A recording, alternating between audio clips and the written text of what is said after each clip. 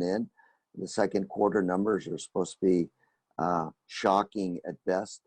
But nonetheless, I think it's important that we as a society and the cannabis industry begin to address and start thinking about some of the post-COVID-19 challenges that will be in front of us. Absolutely. As an event producer, though, I'm really excited about this digital space because I think that people are going to get, sponsors especially are going to get more ROI because they're going to get more data. And I think the software is improving and we're going to get actually more networking done. But what it's going to do for the environment, I mean, people not having to fly everywhere. And I just think that we'll find ways to have a win-win situation. Well, I'm hoping that you're right. And we're all working towards the win-win situation as opposed to something less than win-win. But thank you for having me this morning. It's exciting. Tell me what is going on in California. Great. Well, go ahead, Natalie. You go ahead and do your interview. Okay. Thanks, Susan. Yeah, Congressman Correa, I'm jealous here of your nice outside space there. It looks fantastic. Where are you? I'm in Washington, D.C. still. It's nice today, but it's been raining. It's supposed to snow tomorrow, which I don't understand, and I'm a little angry about. I do wish I was back on the West Coast with all of the rest of you.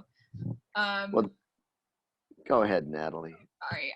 So I wanted to talk a little bit both about what's been going on in California in the cannabis industry, and then also about what we can expect in Washington, D.C., sort of given the huge upset of legislative priorities that's happened because of coronavirus. But first, cannabis is essential in California. It was one of the first states to designate it that way. How did that come about? Can you tell us a little bit about that? The state of California, you mean, the essentiality? Yeah. Good question. I have to tell you a quick story. A few weeks back, one of my local cannabis owners, employers called me and said, "Hey, Lou, can you please call the local cities and ask us whether we will be declared an essential business so that we are not closed down?" And I think it is important that cannabis be declared. It has been declared an essential business to stay open because cannabis, let's remember, has a lot of medical properties. Cannabis is taken as a medicine, not only recreational, but as a medicine for a lot of reasons here in California and across the country. So for us to declare cannabis shops essential, I think was the right call. As you know, Natalie, I have legislation right now in Congress that is going to direct the VA. Actually, it clarifies that the VA has the authority to do medical research on cannabis and how cannabis affects our veterans that are dealing with their invisible scars, psychological challenges. Because in my opinion, a lot of veterans, I've seen data that a lot of our veterans are using cannabis for their medical purposes. The challenge has been though, where am I? Are you there? Yes. I can't see you, hold on. Hello, can you see me? Yes, we can. Okay, I'm sorry, I touched something. The challenge has been that in the field of cannabis, we're not quite sure what cannabis is good for, and we're not quite sure what cannabis is less good for. We know that it works on people that are having epileptic seizures, other kinds of seizures. We know it's good for glaucoma. We know it does a lot of good things. We just have never quantified the medical research. Other countries like Israel have done the research. Other countries are in the process. And it's just sad that the country that is the leader of research and development, pharmaceuticals, medical research, medical instruments, is falling so far behind when it comes to cannabis. So my legislation would essentially say, VA, do the research, which they have been reluctant to do over all these years. And then my bill says, report back to us on your research in a specific time period. So what we're trying to do is reemphasize the fact that cannabis is good for many ailments in our society, and we want to make sure that that we have the facts in front of us to address these issues. So coming back to your answer, how did this come about? In California, as you know, we started out, 25 years ago, legalizing medical cannabis, and we fell behind the rest of the country in terms of state by state. Now I think we're very competitive with the rest of the states in terms of our legal environment, how we treat cannabis in California. And it is important that we be at the forefront of these issues. And how important is cannabis within California's economy? You know, a lot of the conversation right now, at least in the federal government, is about restarting the economy, about how states also have enough tax revenue to continue to run. Where does cannabis fit into California's economy? Those are two important questions: state economy and federal policy. Let me start out by talking the state of California. When I was in the state legislature, we worked on cannabis, legalization, regulation of cannabis. And we always saw some very rosy numbers when it came to the tax revenue that will be generated from the sale of legal cannabis. The problem that we are running into is there's still an underground economy when it comes to cannabis. There's still a major challenge competing with untaxed cannabis, with cannabis that's imported from other countries, that's grown clandestinely. Cannabis that's not organically grown, cannabis that may be tainted by chemicals. And what we have done in California, in my humble opinion, is we've created such an over-regulated environment, such a high tax environment, that the legal cannabis industry is having a hard time surviving. And that what that has posed is essentially artificially deflated the numbers in terms of how important is cannabis to the California economy. If we were to come back and try to figure out a way to put out of business the illegal cannabis industry, and the only way you can do that is by making legal cannabis competitive, then I think you would begin to see, you'd begin to show that cannabis is a major part of the California economy. But I think right now we're looking at some very artificial numbers because of the way we're regulating and taxing cannabis in California. Now, with that being said, the big picture now is the federal level where I am operating. We've made a lot of advances at the federal level when it comes to cannabis, but those advances are only been essentially attitudes, changes in attitudes, because we haven't changed the legal environment at the federal level. Cannabis is still a class 1 drug. You can't even do research on it. And clearly, you can't bank the proceeds from cannabis. And as you know, the Cole memo is essentially been repudiated. So legally, we're going backwards at the federal level. But the progress that we have made is that we have a lot of folks on both sides of the aisle that have come on and recognized that cannabis is important to not only our country, but at each individual state.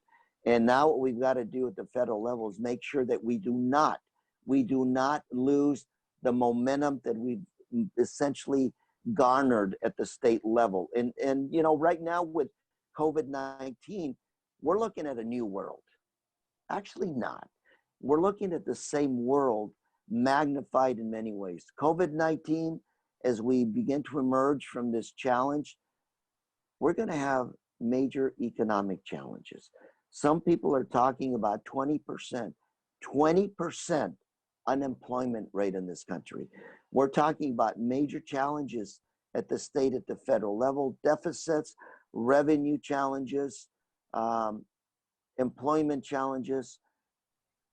And so the mission of the industry has to be, how do you grab what's in front of us and create, instead of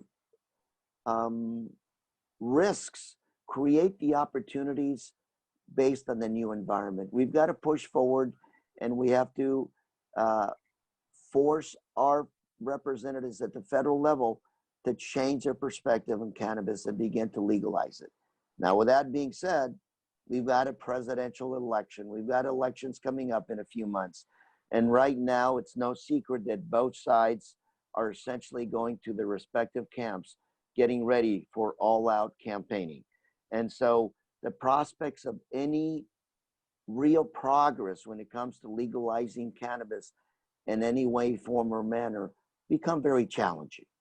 I think right now we've got to not only focus on holding on to those gains that we've actually gotten in the last few years, but actually trying to figure out how to push forward. And that takes a smart, coordinated campaign, so to speak, to make sure that we do not infringe on states' rights.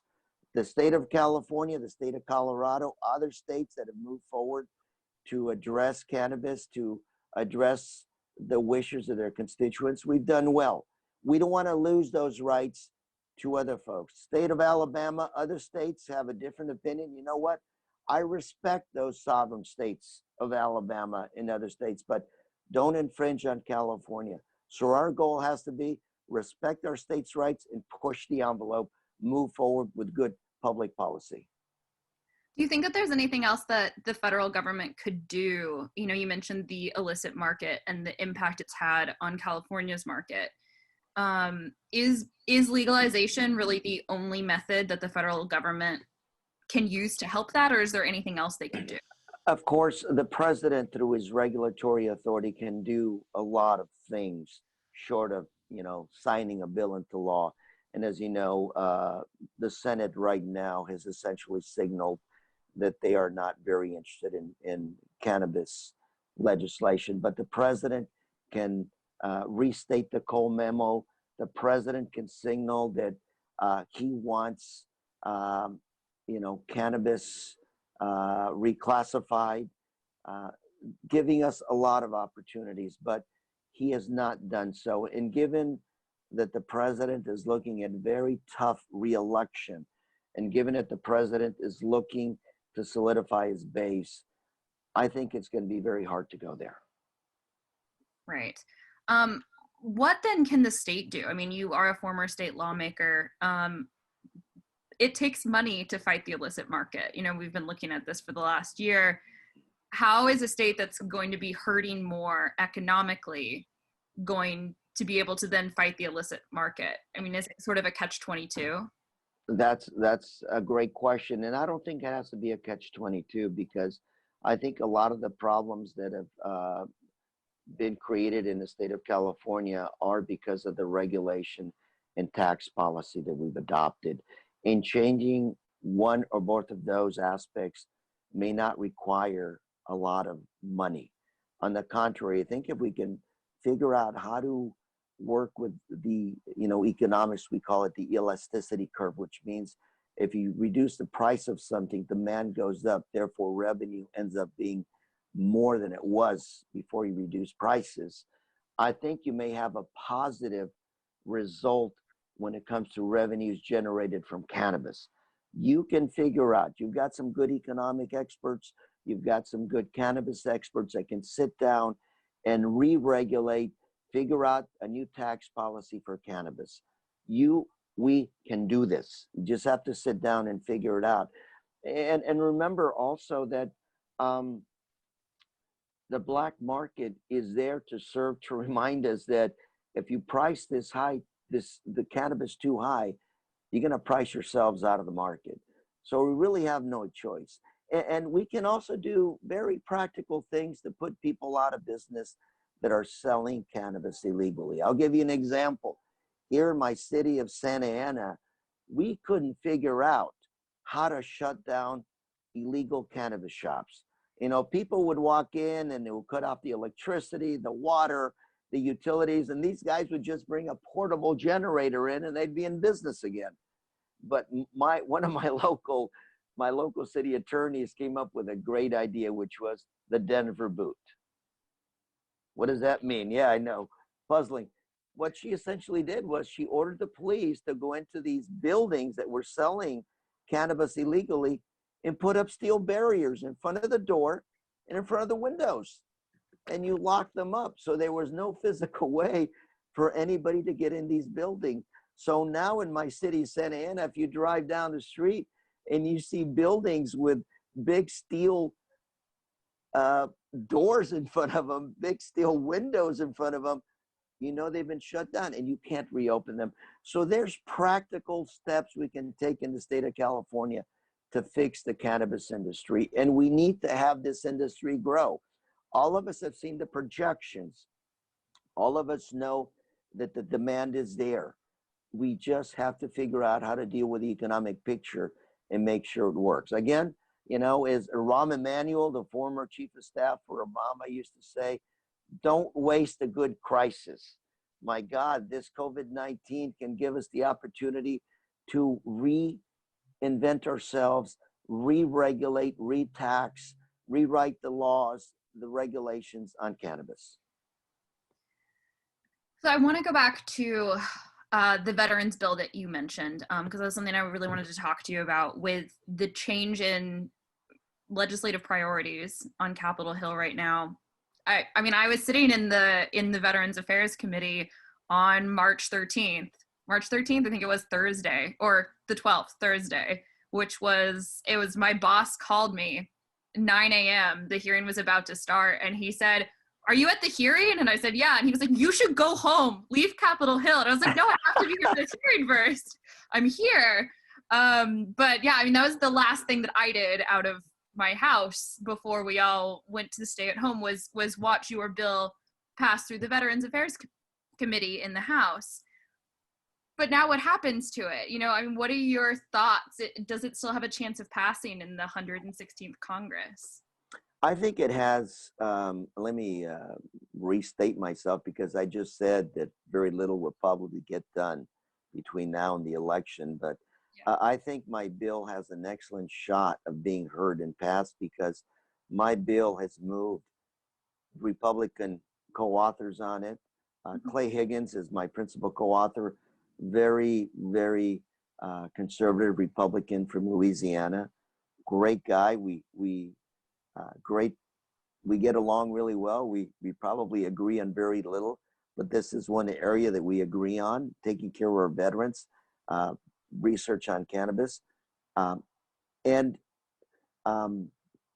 the vice chair of the Veterans Affairs Committee, Vice Chairman Rowe, was very much opposed to my legislation, and I talked to him over and over and over again.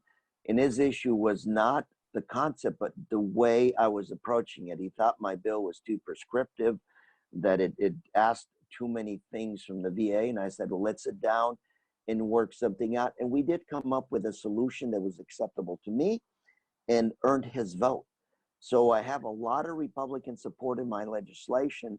And again, this is not about legalization. This is really about, how is cannabis good for our veterans? What does it help them with? What does it not help them with as well? We need that research. In my opinion, 70% of our veterans are self-medicating with cannabis. And it's a crime for us to let them do this without knowing what it's good for and what is not good for. And so I think politically, my bill is something that's palatable to folks on both sides of the aisle. The question is going to be, are we going to be moving beyond COVID-19 legislation and get other work done? And that's the answer to that question will determine whether my bill moves or not. I think it should. And then when it gets to the Senate, well, I'm not quite sure what our Senate leader, Mr. Mitch McConnell, will do. But I think it's a good bill. It just, why would you vote against it? I do know that it has support from Senator Sullivan. At least the concept does. I think Senator Sullivan has his own bill, but he's a Republican senator on the VA committee. And I was talking to him before, coronavirus broke out, and he was just starting to push for it. So yeah, it will kind of remain to be seen. But I actually, since we were talking about this, we have a question in the Q&A that I think is relevant to your bill, and it comes from Sean Kiernan, who says that he runs a large veterans group, and he said, as disabled veterans, could you explain what effect the Roe Amendment has on clinical trials and date requirements that were in the original text of the bill that you submitted? And he says, thank you for taking this on. It's appreciated, but also his organization has a concern that the Roe Amendment basically removes the meat of the bill in terms of requiring the VA to research it. I don't think it removes, as you would say, the essence of the bill. What the bill is intended to do is to clarify, number one, that the VA has the legal authority to do the research. The VA, I've been working on this bill. I've been in Congress for 3 years. I've been working on this for 10 years. And what the VA has claimed is they don't have the legal authority. Translation, you have a lot of people that are employed at the VA who don't want to lose their job, right? You don't want to go into uncharted territories and then lose their job. So what I'm trying to do is give them the ability to do their research. Okay, we've given them some parameters as to when we want the research back, because if we tell them you have the legal research and they go home and don't do it, well, that's another issue. But the two primary goals, clarify that you do have the ability and legal authority to do the research, and number two, get it back to us. If we get those two to be part of the actual bill that's signed, then we've scored. Because who in America would oppose research that helps veterans? And once that research in terms of cannabis that helps veterans is presented to the public, then it really opens up the legalization question in a way that's never been addressed before. It's good for the veterans. Why would you be opposed to something that's good for veterans? So again, it's not a matter of dying on that hill and not taking the Roe Amendment. It's rather making sure that we win by getting the research done in a timely basis. So what, I guess, could the VA committee do to ensure that the research does get done? I mean, like you said, giving the Veterans Affairs Department the ability to do this research. When we've seen this with the DOJ and the DEA, where, you know, committees have said you must do a thing, but without a timeline, sometimes it gets completely lost, or the agency totally blows the timeline on their own. And I think that's always a possibility. There's always a possibility that this research is not going to be done, that it's bureaucratically buried away. And it's my hope that this administration or whatever administration comes in after the next reelection will actually be interested in moving this forward. Yeah, we have some challenges. We have a couple other questions that were actually similar to one of mine, and that was how the 2020 election could impact cannabis legislation next year. Now that we're sort of looking at the potential of a lot of these bills being pushed into the 117th Congress, you know, what changes would make the most difference in Congress in terms of these things passing? I think the answer to that question is, let us look at the positions President Trump, candidate Trump are taking when it comes to cannabis. Clearly, he is not, as a president, not been very interested in addressing this issue, has not been very interested in really pushing forward the issue of cannabis. And I say that because administratively, his administration has pushed back on key regulations like the Cole memo. I mean, his folks have repudiated the Cole memo and have also indicated that they may go in and prosecute people at the state level. We push back on that, so that doesn't look like that's going to happen. And you know, we've got to see where candidate Biden stands on this issue, and hopefully he'll be sympathetic to some of the state's issues we're trying to push.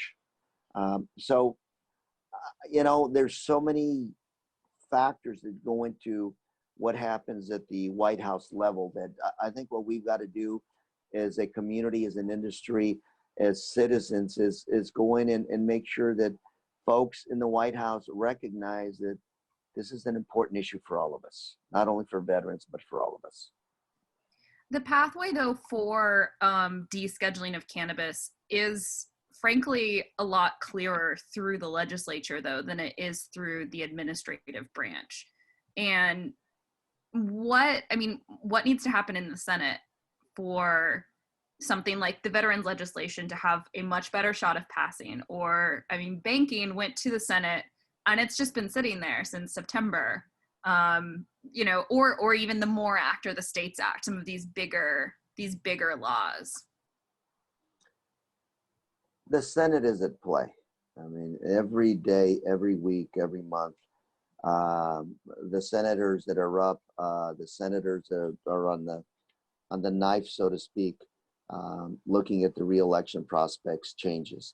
And if we are cognizant of the fact that the control of the Senate is very much at play, then I think Leader McConnell is going to probably not rock the boat too much when it comes to some of those competitive members, competitive senators. So my thought is that it's going to be very hard to get legislation through the Senate. Maybe after the election and you have a lame duck, so to speak, legislature, maybe then things will move. But I think it's going to be very hard to move things through the Senate. And I think Mr. McConnell has said in many words, in many ways, I'm not interested in moving any legislation of this sort forward. Senator Cory Gardner is probably the most at-risk Republican in the Senate, and he is also one of the strongest advocates for cannabis in the Republican Party in the Senate. What is the impact if he does not win his reelection campaign?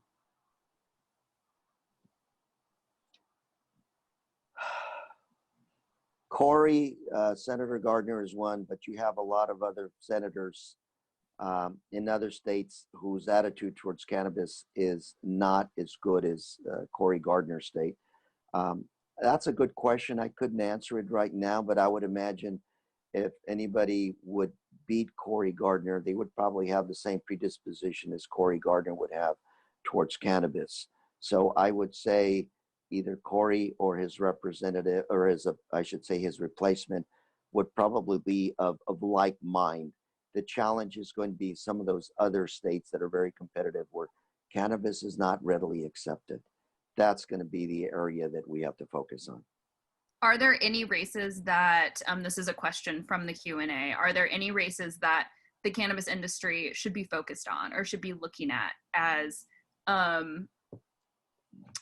elections that could sort of push the needle on the federal level in any state? You know, I've been focused on California. I've been focused at the local level.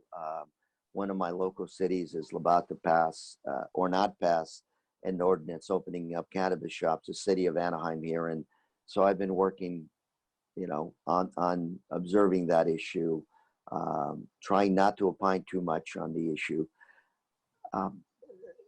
I think when it comes to the national level, the state's issues, the Senate races, I think the way to answer that question is each industry in those respective states need to take strong positions to advocate for the legalization of cannabis in those states. And I would, for example, bring up the state of Alabama, okay? You've had some very prominent senators in the state of Alabama that have said, and I'm not going to mention the name, but I'm going to mention his quote, and I paraphrase him, "No good person would ever smoke cannabis." And I think that's a thinking, a mentality that probably does not reflect majority or a plurality of voters in Alabama. And what we've got to do as an industry, as people who are predisposed to support cannabis, is, activate the folks in the state of Alabama to come out and show up at the polling booths, run an initiative, change. I don't know if you can do initiatives in Alabama actually, but change the laws, force people to change the laws in those states, or come out and be forceful. And it's a state by state effort. All right. I wanted to ask a little bit about the SBA funding and about the banking bill that passed the House, because I know that there's been a push from a lot of cannabis-minded lawmakers in the House and even in the Senate to put either SBA language about SBA funding for the cannabis industry or the language from that Safe Banking Act into the next coronavirus package. We have a question about it. It was also on my list to ask you. So what is the outlook for that? What do you think the chances of the cannabis industry getting anything in the next coronavirus package are? I'm not going to address the probabilities because that's really a political question that's answered through negotiations at a level a little bit higher than mine. But I think it's important is to advocate and let people know how important the cannabis industry is to states like the state of California. We talked earlier about how in California, the numbers, the revenue numbers, the industry hasn't grown as fast because the underground economy continues to hold the above ground cannabis industry low. It's holding us down. So I think what we've got to do is just let folks know that this cannabis industry is a growing industry and cannabis owners need the help. If you bring this up, I think it's sure to die in the Senate. But if you are silent on it, and hopefully it does not interfere, and somehow CARES Act 2 does not stop some aid to the cannabis industry, maybe you can get that in. But I think, you know, as I'm talking and thinking, I think it's going to be a very difficult prospect, very difficult. And I say that because I'm thinking about right now undocumented workers that use individual identification numbers to file taxes. And if they're married to an American citizen, then the whole family is disqualified from getting stimulus aid because one member of the family is undocumented. Federal law appears to be very punishing, and it is very unforgiving when it comes to sharing aid to those that the law does not look upon favorably. So you have an undocumented worker who's paying their taxes, who's filing taxes, and not only that person, but the spouse who's an American citizen, the whole family is disqualified from aid. So if I think about that scenario to the cannabis industry, you know, at the federal level, cannabis being treated as it is, where you can't even bank the proceeds, it's going to be very tough to get CARES Act support. But nonetheless, maybe some of that aid can come to Governor Newsom, and then Governor Newsom to the state of California can be creative in helping emerging businesses in California get aid. Indirect, possibly, but it's a tough one to get aid. The more I think about it, the more difficult it is going to be. Very difficult to get direct aid for the cannabis industry. I have another question up here. Nate Bradley asks, what can cannabis advocates in DC do to build coalitions with the other non-cannabis organizations to push cannabis reform down the road? First of all, I want to say hello to Nate. It's been a while, Nate. Great memories of our meetings, Nate. Hope we meet soon again. What can we do? I think it starts, Nate, with what we've always done, which is education. We go out and talk to some of those Congress members that are not really familiar with cannabis and what the cannabis industry is about.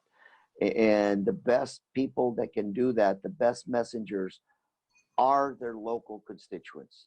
What I would do, Nate, if I was a representative in the state of Alabama and I had a Congress member that was not well versed on cannabis, the medical properties, I'd get 30 or 40 voters, high propensity voters, and I'd walk to his office, make an appointment and say, we want to talk to you about cannabis. And that's the way I would educate these legislators.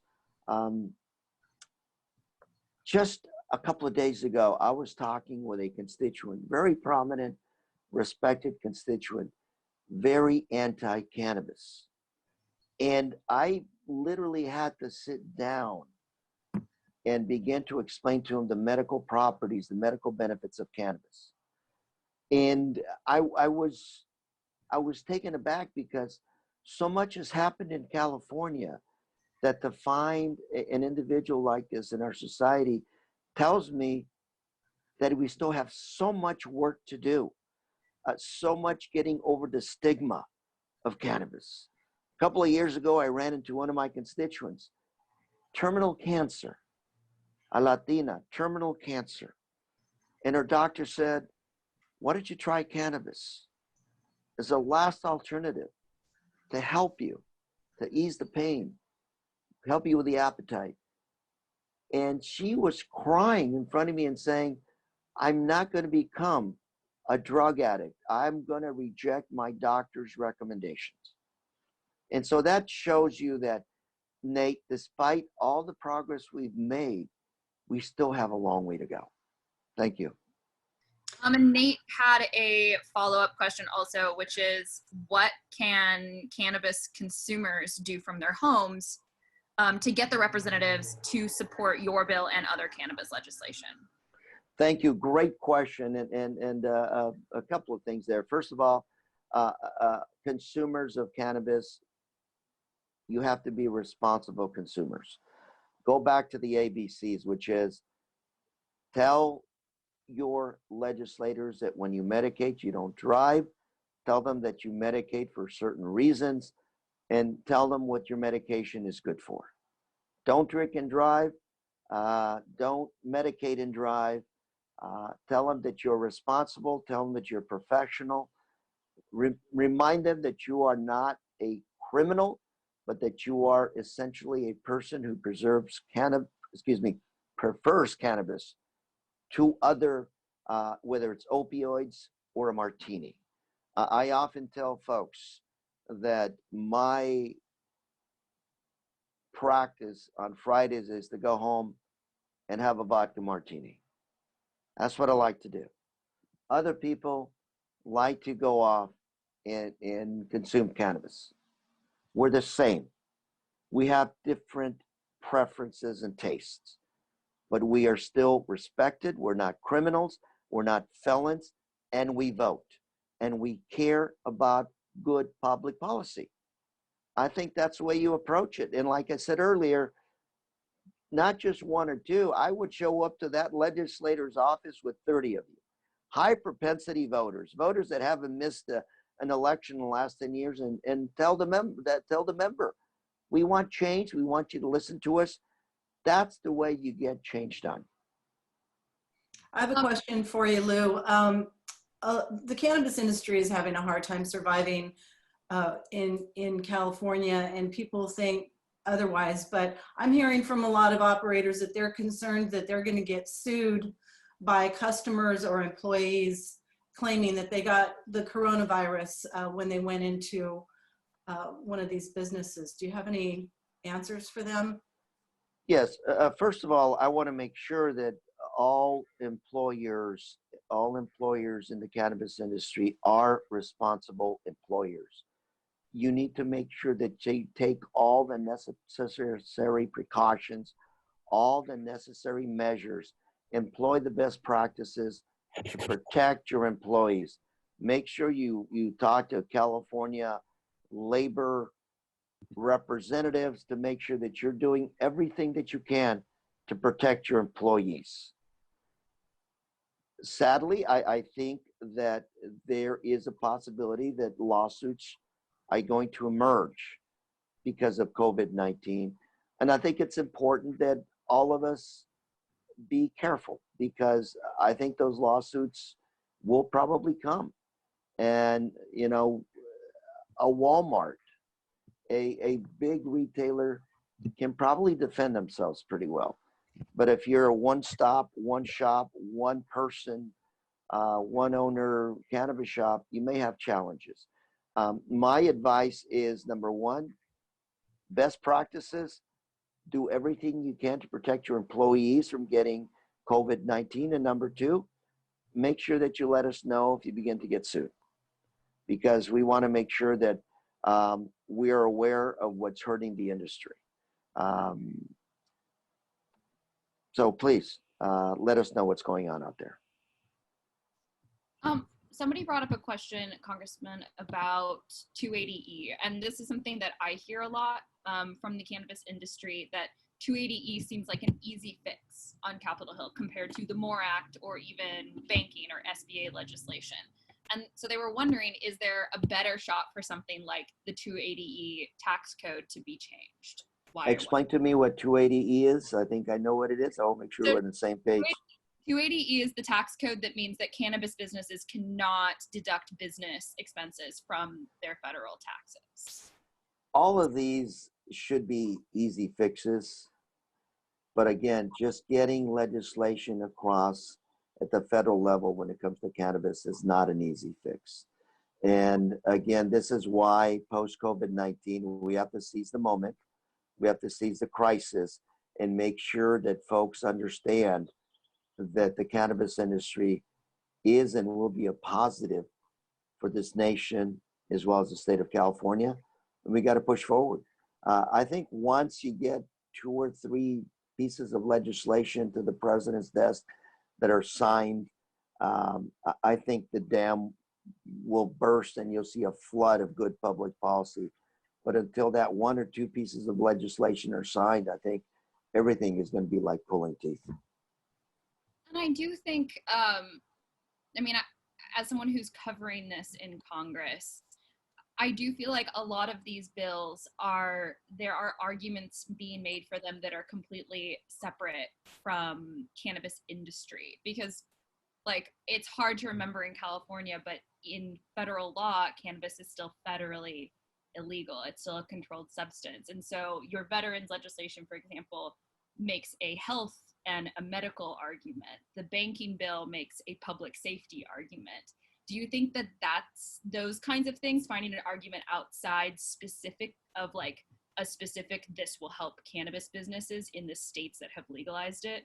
Do you think that's helped those pieces of legislation move more than others? I think they do. And I think those arguments are good because it sets the framework for the discussion. It sets the background for the argument to make them legal, to make cannabis legal at the federal level. And that's why, excuse me, it's important that we bring up real life-like examples of why it's important to legalize cannabis. I'll give you an example back, God, it seems like a lifetime ago, when I was in the state Senate beginning to write a lot of my cannabis legislation. Sitting in my office, I get a phone call from a person who identified himself as an emergency doctor, a Republican, and he wanted to come in and talk to me about my legislation. And I thought, oh my God, he's going to come in and read me the Riot Act. So it was Dr. Monahan.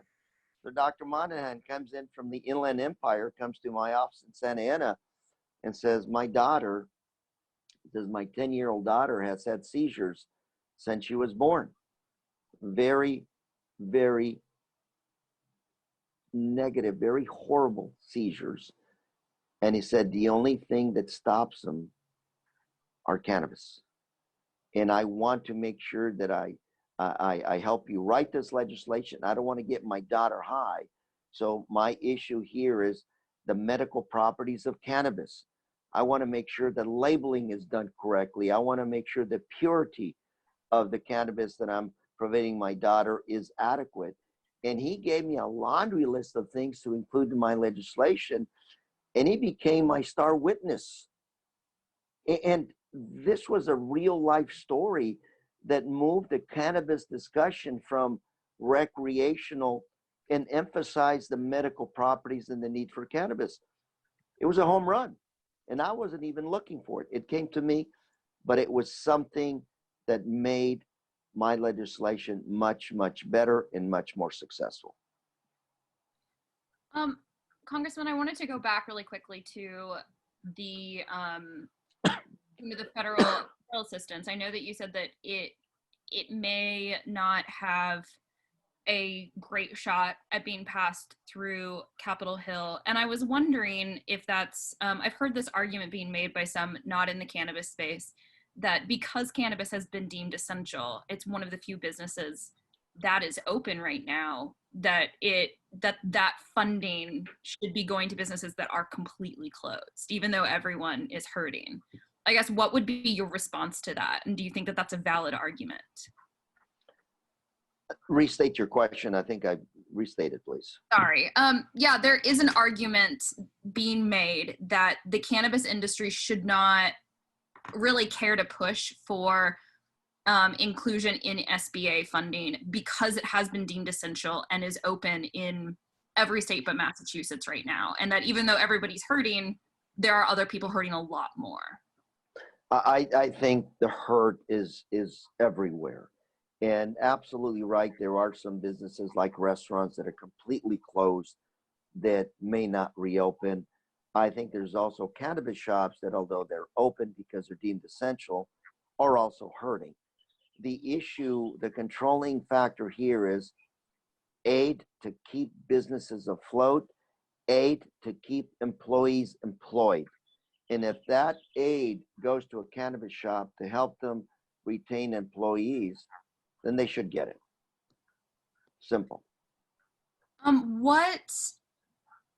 Somebody asked a question, which I think you answered in part, but I wanted to follow up on, about what the state could do specifically to ease regulations. I think you mentioned that there could be some legislative pathways that wouldn't require a lot of state funding. Could you be a little bit more specific about that? I think when it comes to regulation, for example, the time it takes to screen employees, whether it's local or state, those kinds of regulations that cost time, money, and effort to an operator of a cannabis shop should be reconsidered, especially given the environment we're in. Make it easier for cannabis shops to essentially provide their goods and services in a legal manner. You want to continue to make sure that you keep cannabis away from children, from those that should not have it. And at the same time, you want to make sure that those individuals that legally can access cannabis can access cannabis. So maybe you change the laws that pertain to the delivery of cannabis. Essentially steps that'll bring down the cost of doing business, steps that really don't benefit anybody, steps that regulations have created that really don't add to the public safety, don't add to the health of society. Those are the regulations I think you got to come back and look at, re-examine, and modify. Someone brought up recently that the governor's committee to reopen the Economic Recovery Commission doesn't have anyone from the cannabis industry in California on that committee. I mean, do you think that's oversight? Is that a problem? Well, I've not talked to anybody in Sacramento about this issue, and this is the first time I've actually heard about this issue. But I think that cannabis is one of those industries that is promising to the state of California. And on a joking manner, I usually go to my Colorado legislators and I tell them, I bet you we grow the best organically grown cannabis in the world, California. And we laugh at each other and we take these cute bets and we move on. But on a serious note, I think California is positioned to be a cannabis industry world leader. And the state of California should take the steps to treat this emerging market as such, just like we should take care of the medical device industry, our pharmaceutical industry, our agricultural industry, our motion picture industry, where we create jobs, create revenue for the state of California.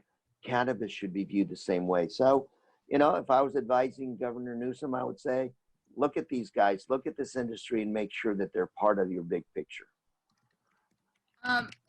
Great. Well, I think we're all out of time here, Congressman. So I just wanted to, I mean, thank you so much for coming and being on this. Thank you for letting me ask you questions for an hour. Wondering if you had any sort of final words or a final statement you'd like to give everyone before. Natalie, thank you very much. It's been an honor to speak and with you and the audience and to really work with this industry over the years. My closing statement would be, think out of the box here. You know, COVID-19 world is going to pose a lot of challenges, but within those challenges, there will be some opportunities, and we have to work hard to make sure that we do not lose the progress that we have made at the federal level. This is an election year, folks, and we could go backwards on this one. We could lose a lot of the rights, a lot of the things that we have gained at the state level. And so I would ask you to push really hard, and let's all get busy. We can do this. Support us and send those letters in and send in those ideas, and we'll keep pushing hard. Thank you very much, Natalie. Look forward to seeing you at the next committee hearing. When we finally have them again, I will definitely find you.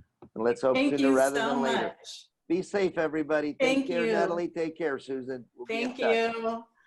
Bye. All right. Thank you, Natalie. So we have 6 more panels, and we're going to have 15-minute breaks between the panels.